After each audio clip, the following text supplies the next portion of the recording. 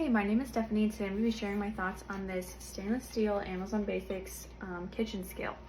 I think having a kitchen scale is an essential tool in a kitchen. I really like this one because it's not too big, just comparing it to my head, and it's thin, so you kind of just slide it into your cabinet wherever, and I like the stainless steel. It just makes it look nice. So you just hold this button in to turn it on, and it always likes to be laid down flat in order to work. And then you can click unit and you can change the units, so it can go milliliter, fluid ounces, grams, pounds and ounces.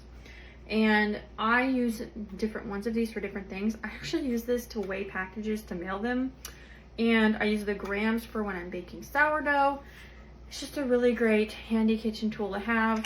And then it has the tare option. So if you're like, sometimes when I make sourdough, I'll put my bowl on it and then I'll tare it so that it goes to 0, and then I'll put in my flour and then I'll tare it and then I'll put in my salt, and, you know, on and on. So anyway, this is a really great affordable option for a kitchen scale, and I have absolutely no complaints about it.